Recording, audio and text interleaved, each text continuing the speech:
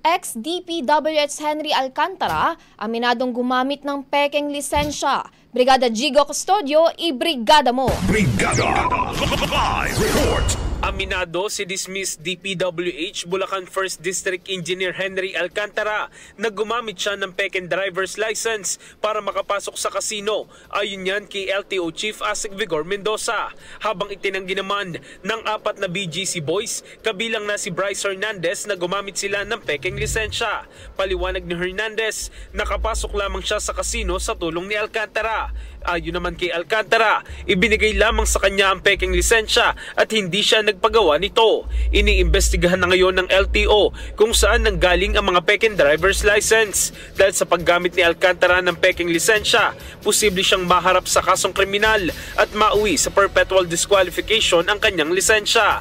Sa pagdinig ng ahensya sa kaso ng BGC Boys ngayong araw, tanging si Edric San Diego lamang ang humarap at ang 4 ay nagpadala lamang ng kanilang legal counsel. Itinakda naman ang susunod na pagdinig sa susunod na linggo sa September 17.